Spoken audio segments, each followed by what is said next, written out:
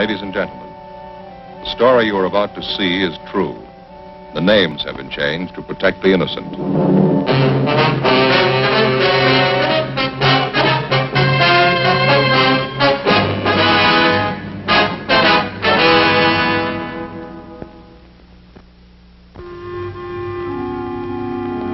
This is the city.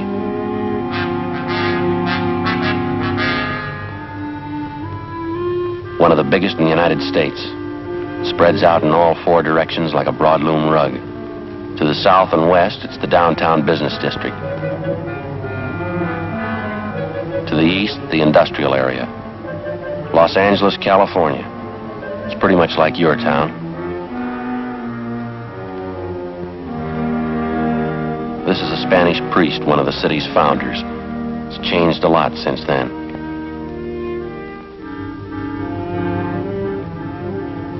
It's got high-tension wires bringing in the power and bus lines to get you where you're going.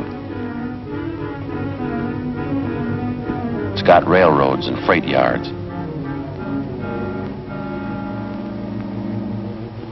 Churches, any kind you want. Public parks and lakes. It's got a police department. And a city hall. This is where I work. I'm a cop.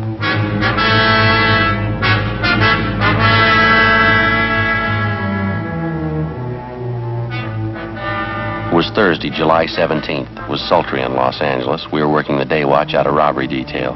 My partner's Ed Jacobs. The boss is Captain Didion. My name's Friday. It was 1:35 p.m. when we got back to the city hall. 9 months before, a jewelry salesman was slugged and robbed of $20,000 in precious stones. It took us weeks of investigation before we discovered the man responsible for the holdup. It took more weeks of legwork to gather all the evidence. We needed one more thing. His statement.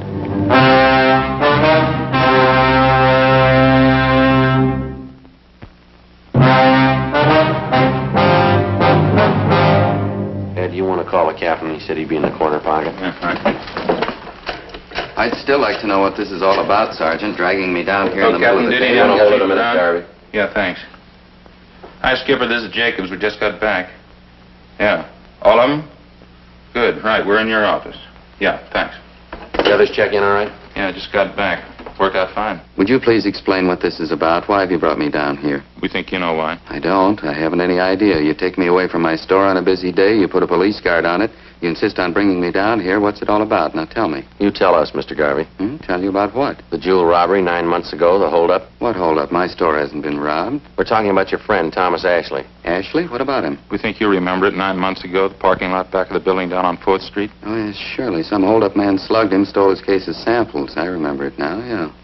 Poor Tom. The thief made a big haul, didn't he? Unset diamonds, $20,000 worth. Yeah, I remember it now. I don't think Tom's gotten over it yet. I was a jewelry salesman for the same company at the time. You know, the same company Tom was working for, I mean. Yeah, we know. Some of the big bosses thought Tom had a hand in it. They figured it was a put-up job. Nothing was further from the truth. That's so? Of course, I know Tom. Close friend of mine. He wouldn't be mixed up in a deal like that. Tom and I worked out of the same office for years. We've had him over to the house for dinner. We've even been on vacations together. One of the most honest men I know. You sure about that, are you? Of course I'm sure. Say, that isn't why you called me down here, is it? You don't think Tom had anything to do with that robbery, do you? You don't think he was in on it? He had nothing to do with it. Think you know that as well as we do. Then why am I here? There's nothing I can tell you about the holdup, only what I heard from Tom, what I read in the newspapers. Now, you can tell us a lot more, Garvey. We didn't bring you down here just to pass the time of day. Tom was slugged and his sample case of stones was taken. That's all I can tell you. You're a liar, mister. What? You engineered the whole thing. We know it, and so do you. Is this some kind of a joke? If it is, I think it's in bad taste. It's a long way from a joke, Garvey. You planned the job, you got the loot. We can give you chapter and verse. I really think you're serious. You think I robbed Tom? We got it past the thinking stage, Garvey. We already told you. We know you robbed him. Now, wait a minute. This thing's ridiculous. The whole idea is ridiculous. I don't know who gave you the so-called information on me, but it's wrong. Nothing further from the truth. Nobody gave us the information. We got it ourselves. You're really serious, are you? I robbed Tom, and you can prove I did. You're getting the idea. I don't know what to say. It's fantastic. I robbed my best friend, Tom Ashley, 9 months ago. I have $20,000 worth of diamonds, and you can prove it. Every bit of it. What about it? I think you're out of your mind. My name is Ernest George Garvey. Are you sure I'm the man you want? There couldn't be a mistake? There's no mistake. This thing would be funny if I didn't think you were serious. Let me ask you just one question. Maybe that'll clear it up for you. Yeah? If I held up Tom Ashley, how is it he didn't recognize me? You know better than that, Garvey. What? You didn't hold up Tom Ashley yourself. You had someone do it for you. Oh, cloak and dagger, huh? I'm afraid this is getting a little too wild for me, Sergeant. Maybe you can waste your time making ridiculous charges. I can't. I'm going back to my store. It's a weak bluff, mister. It's not going to do it. Excuse me, are you sure you two men haven't been drinking? Sit down, Garvey. I told you, I'm going back to my Sit store. down. You have no right to keep me here. Ridiculous charges. Do you think I'm one of those cheap hoodlums you're used to dealing with? Now, come off it, mister. You got a $5,000 car and a $40,000 home. That doesn't rate you a special treatment. You're a thief. You know it as well as we do. I don't have to take this from you. You haven't got much choice, mister. We just finished 5 months' legwork proving it. Proving what? Sit down. You engineered that holdup. We know who you got to do it. We know how it was carried out. We know how you planned on disposing of the diamonds. We know who your fence was. We know what the split was. We know what you did with part of the money. We know how much you got left. Is that right? Yeah, that's right. What can I say? I don't even know what you're talking about. Any way you want it, Mr. Garvey. Maybe you'd like to tell me why I did all this. You know it better than we do. No, I mean it. Tell me. You weren't making enough money at your job to suit yourself, suit your wife either. It's pretty good. Marilyn would get a big kick out of that. All right, mister. We can wait it out as long as you want. We spent 9 months on it already. Another few days aren't going to make that much difference. Just as a matter of curiosity, how'd you first start off on this tangent? Whatever gave you an idea that I had anything to do with the holdup? When you started to spend money, new car, new office for yourself, new fur coat for your wife, transferred your 2 children to that private school. That makes a holdup man out of me because I wanted to send my kids to a better school? Where'd the money come from? Can you explain that? Don't you think that's my business, Sergeant? Where I get my money, what I do with it? Not when you get it stealing. I'm afraid you're going just a little too far. You insist I'm a thief, I'm going to insist you prove it. All right, have a look over here, Mr. Garvey. Yes? Some of the reports in the investigation, reams of them. They cover everything from the time of the jewel robbery up to late yesterday. Now, it's all right there. Everything from the crime report to signed statements. How could that concern me? 3/4 of the stuff concerns you. Have a look for yourself. I still can't get it straight in my mind. What makes you think I had anything to do with that robbery? Do you know what this is, Garvey, this machine here? No, some kind of recording apparatus. That's right, it's a tape recorder. You've been taking down this conversation. Why? No, not this one. We've been recording every conversation that took place in your office for the past 4 months, every word. What do you mean? Just that, Garvey. Every time you talked on the phone, every visitor you had, it's all down on tape. 25 reels of it. Interesting. Is that supposed to frighten me? We don't care if it frightens you or not. Something else. Yes? Reports on what you've been doing for the last 4 months. Daily reports, every movement you made. Is that so? Everywhere you went, everyone you talked to, everything you did. You like to hear a sample? This must be some kind of a joke. That's the only explanation I can think of. May 12th, Thursday. Sergeants Bitteroff and Rafferty. Those are the 2 officers who were tailing you at the time. You checked in at your new office at 9:38 a.m. At 10:03 a.m., you had a visitor, a Kenneth Tyson. You talked to him in your office. The conversation's recorded. Tyson left at 10:18 a.m. At 10:32 a.m., you left your office. If you're trying to impress me, I'm afraid it isn't working out very well. Care for a cigarette, Garvey? Well, thanks, I have my own. All right. I've wasted enough time. Exactly what's the point of all this? It's pretty simple. You're responsible for a robbery. We can prove it. We're giving you a chance to make a statement. It's nonsense. Is it? Of course. People following me, checking everything I do, where I spend my money, where I send my kids to school. What's it all about? It doesn't make sense. Okay, Garvey, we've said it before. We can wait it out as long as you want. Look, let's get this thing straight. Let's go back to the beginning and take it step by step. Okay, fine. The holdup was last fall, wasn't it? Sometime in October? October 7th, Monday, 5:20 in the afternoon. All right, now just what am I supposed to have done? None of your vague references about a new coat for my wife or where I send my kids to school. Let's have some facts. Joe? All right, Garvey. You went to work as a jewelry salesman for the company 10 years ago. Your friend Tom Ashley, the victim, started the same year. The 2 of you have been pretty close friends. That's right, I told you that. We'll skip the rest of your background for now. 2 weeks before the robbery on September 24th, you had a meeting with a Kenneth Tyson. You met him in a cafeteria on South Broadway. Tyson's 19 years old. He lives with an older sister. He works in a gas station on Olympic Boulevard. He's done some work in your car for you. That's how you happen to know him. Yes, I think I remember the boy. I don't know him well, though. I don't recall the meeting either. You know the boy very well. At the time of the meeting, you promised him $1,000 if he'd hold up your friend Tom Ashley. Ridiculous. Tyson agreed to it, and you briefed him on the plan. The following day, you gave him a gun, a .32 caliber Smith & Wesson, serial number 362744. Nonsense. Where did you get that information? Tyson. He's lying. Believe me, if he told you that, he's lying. Is he the one who robbed Tom? October 7th, at your direction, he was in the parking lot behind the Hunter Crosswell building. Tom Ashley came out to get in his car. He had a case of sample diamonds with him. Tyson held him up, slugged him, took the stones, and got away. Of course, it's obvious. Tyson's trying to say I put him up to it. He's trying to get out of it that way. I'm afraid not, Garvey. The boy couldn't have carried off the holdup by himself. Of course he could. It's obvious he's trying to cover up. There were 6 people in the company you worked for who knew that on Mondays, Ashley always took the case of sample diamonds along when he made his calls. Only on Mondays. You were one of the people who knew that. I suppose you've considered the other 5 people? They were all checked out at the time. They were all cleared, you along with them. Well, I'm not clear anymore, is that it? This young hoodlum Tyson, you're willing to take his word over mine. After the robbery, he took the case of diamonds to you. That was the next day. You paid him $500 and promised him the other $500 when you got rid of the stone. Oh, I suppose I've gotten rid of them, or do I still have them? Which? 2 months after the holdup, you contacted a fence up in San Francisco. You drove up there and sold him some of the stones. He broke them up, and then he sold them. We know who he sold them to. We know what he got for them. This Fence, he's supposed to be another good friend of mine? You're still doing business with him. His name's Fred Lawrence. It's a new one on me. I don't know any Fred Lawrence. Can't even recall the name. Maybe this will help you, Garvey. Listen to him on the tape recorder. What's all this about? Phone conversation, Garvey. One of the things we recorded from your office. Let's see, this one was on March 18th. I always thought wiretapping was against the law, or do you pay any attention to that? We didn't tap your telephone line. We recorded everything from dictagraphs we installed in your store and back in your office. They started recording the day you moved in. That was March the 1st, wasn't it? I don't know why you're telling me. I can sue you for that, you know. I can sue you for your last dollar. All we're concerned with right now is Fred Lawrence. You say you don't know him. I'd like to have you listen to this, recorded March 18th in your office. All right?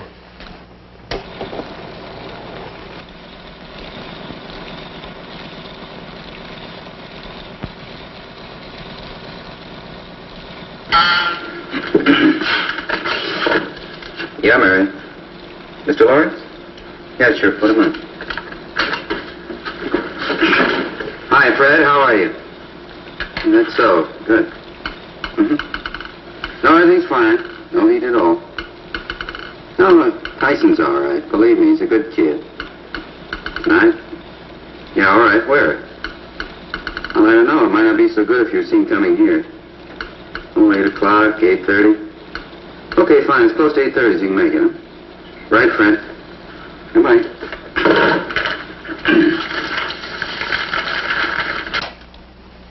You recognize that, Garvey?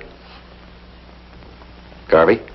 I understand they can do clever things with tape recorders nowadays. There's a way of piecing words together, isn't there? They can record your voice and then fix a tape, take a simple sentence and change the words around to mean just the opposite. You can examine the tape if you like.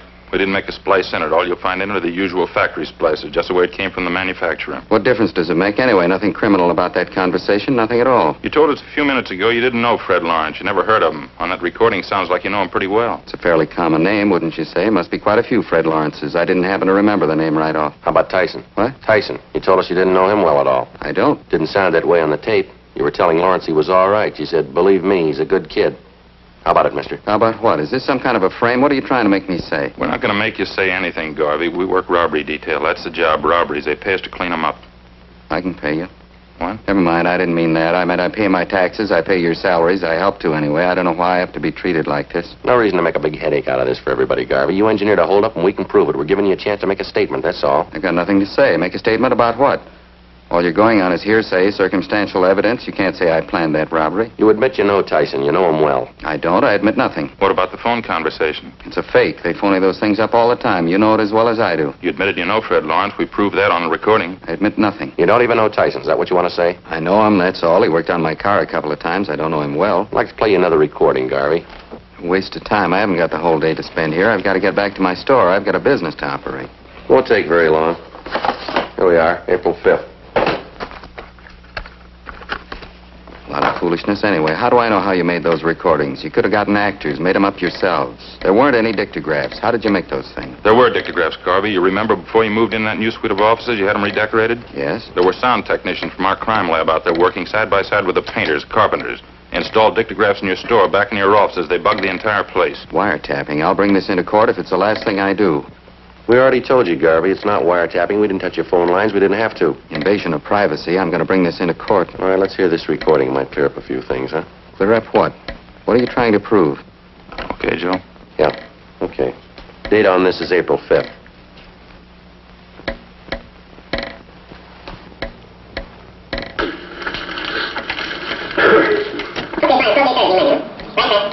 Come on in, sit down.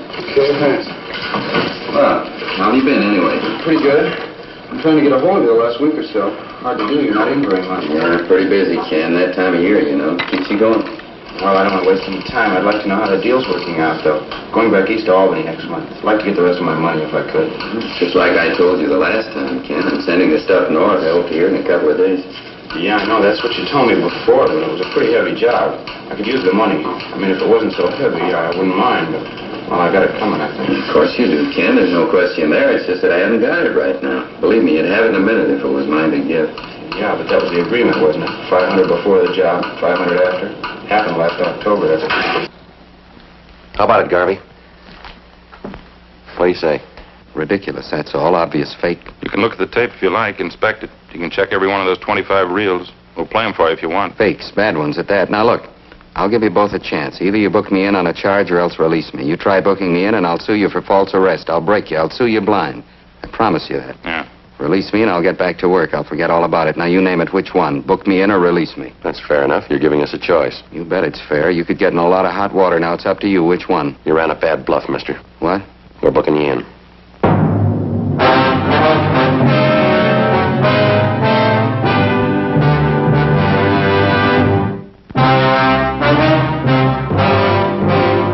Thursday, 3:55 p.m. Ed Jacobs and I continued questioning the robbery suspect, Ernest Garvey. Despite the evidence at hand, he still refused to admit any knowledge of the $20,000 jewel theft 9 months before. The questioning went on. Garvey's answers became more and more confused. We kept pressing, laying out the case against him step by step. 4:30 p.m. We stayed at it. But it must have taken quite a bit of money, didn't it, Garvey? Your wife's new fur coat, new car for yourself. Where'd it come from? Now, look, there has to be an answer. Where'd that money come from? Simple. I borrowed it. Where'd you borrow it? Some of it from friends, some from the banks. I don't see how it concerns you. How much money did you borrow? Don't you think that's my business? Wasn't it about $7,000? That about right? Yes. No, it was more. What's the difference? It's my business. Complete financial file on you, Garvey. Took us quite a few weeks getting it together. A lot of work. You must like snooping in other people's affairs. No, not especially. It's pretty dull. Here's a copy of your bank statement from the California banks. Photostat. Doesn't make much sense here. What do you mean? Well, we checked your income for that month. Amounted to $620.18. Now, how was that possible? For your information, I made a loan that month. That's probably some of the loan money I deposited. I'd quit my old job that time. I was going in business for myself. I needed the money to redecorate the new store, the office. It's as simple as that. Hmm. Photostat's your loan papers right here. The loan was for $2,000. Yes? A month before, February, you'd borrowed from another bank. Let's see. That was for $3,000. Made another one in April, too. That was for $1,500, different bank again. Yes, that's right. Do we have to go over this line by line? In 3 months, you made bank loans for $6,500. Now, besides that, in the same 3 months, you earned a total of $1,713.88. Now, together, that makes $8,213.88. What's the point? Copies of your bank statements, Garvey. You have 5 different savings accounts in 5 different banks. How do you explain that? Garvey, any explanation? It's almost 5 o'clock. Can I use the phone? I have to call my wife, let her know. All right. We'll have to listen in on the extension. The conversation will be monitored. Go ahead, I don't care. Okay. You dial 9 to get an outside line. Oh, yeah.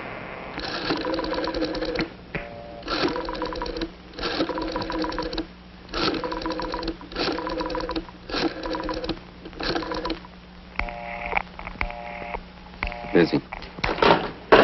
Photostats there if you want to examine them, Garvey. I see them. Well, you want to give us an explanation? You only had $8,200. How could you bank $11,000? It had to come from somewhere. Purely a personal matter, that's all. I borrowed $3,000 from a brother of mine, lives back in Minnesota. You'd already made 3 loans. Why'd you have to borrow from your brother? You mind telling us? Yes, as a matter of fact, I do mind. Well, it still doesn't balance the books, Garvey. You earned and borrowed $8,200. You got another $3,000 from your brother, you say. That's $11,200. You banked $11,000. Yes, that's right. You always have to repeat? That'd leave you with $200. Did you and your family live for 3 months on $200? Why not? That could easily be. A lot of people do it. Yes, sir, but not your family. I'm getting sick and tired of this. You trying to tell me you know my family better than I do, what they eat, what they spend, what it takes to support them? We've been on this thing for 9 months, Garvey. We've put in a lot of hours, and we know your family pretty well. If you like, I'll tell you the last time you ordered steak from the meat market, when you paid your gas bill, the last time your wife bought a pair of shoes. I guess this is standard procedure for you, threatening people? We're not threatening you, Garvey. We're giving you facts. Another file here. Took us over a month to get this one together. Complete record of your expenses from February 1st. Covers February, March, April, May, and June. I hope the police department has a good lawyer, Sergeant. You've got fair warning. I'm going to sue you for your last dollar. Now, you say you and your family lived 3 months on $200.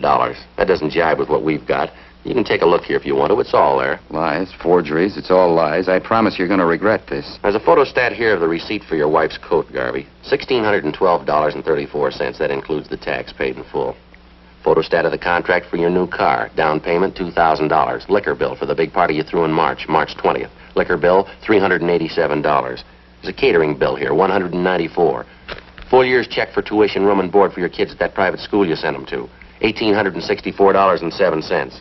That's only the beginning, Garvey. Comes to a lot more than $200. Have you heard enough? I better try to get my wife again. I have to let her know. All right, Ed, you want to get the extension? Yeah, right. You dial 9 to get outside, Garvey. Yeah, I know.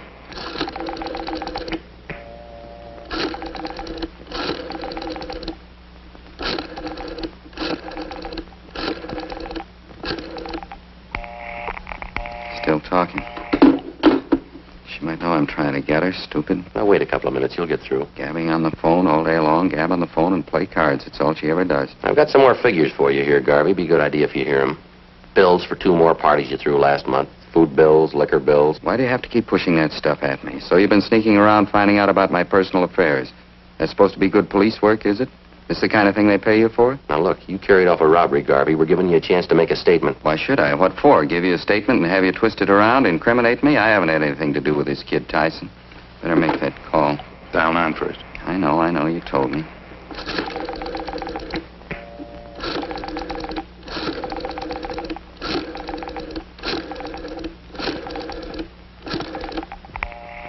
What's wrong, Garvey? What's the matter with her, stupid? She ought to know I'm trying to get her, stupid. Dial 9. I know.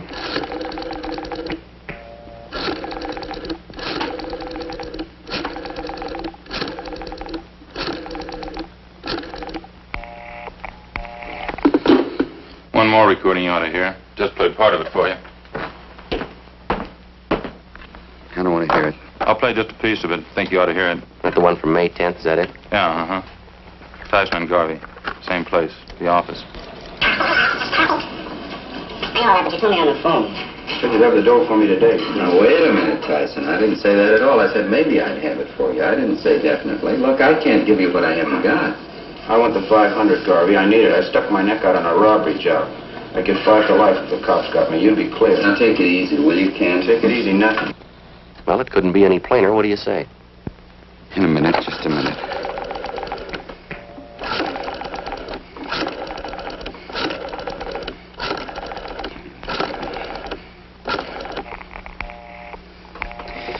She was never satisfied. She never could be satisfied. Always more. She always had to have something else. How do you mean, your wife? Playing cards and gabbing on the phone, that's all. She kept writing me day in and day out. I wasn't making enough money. She didn't have any clothes. The kids ought to go to a better school. We ought to have a new house. On and on and on. I ought to go in business for myself, make money, lots of money, same thing all the time. Talk. There's only so much you can take. You figured the robbery had solved the problem, is that it? I guess so. I'd have tried anything just to shut her up, get her off my back for a while. I guess you got Tyson, huh? The other man, too, Fred Lawrence. They were picked up this afternoon. Lawrence at the airport, Tyson in a show downtown, all 3 of you. What about your wife, Garvey? She know you planned the robbery? I didn't tell her. I think she knows, though. Pretty sure she does. Maybe she'll be satisfied now. Lousy money. She had to have it. Didn't even leave me enough to pay off that kid Tyson. Private school for the children. Wall-to-wall carpets in the house. New dishwasher, new coat, new car, everything. She just had to have them. You want to take me, book me in? I don't care. All right. We'll stop off down the hall. Take your statement. Sure. I don't care. All right, let's go. Oh, say, just a minute, huh? Yeah? It'll only take a minute.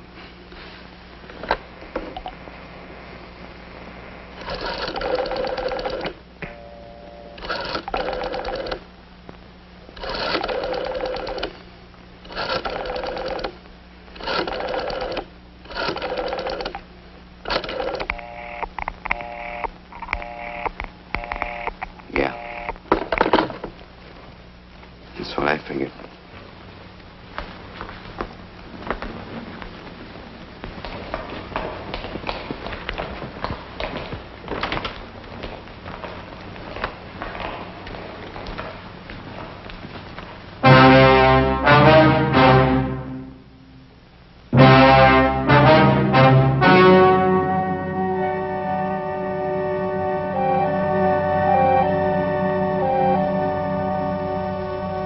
On November 4th, trial was held in Superior Court, Department 87, City and County of Los Angeles, State of California.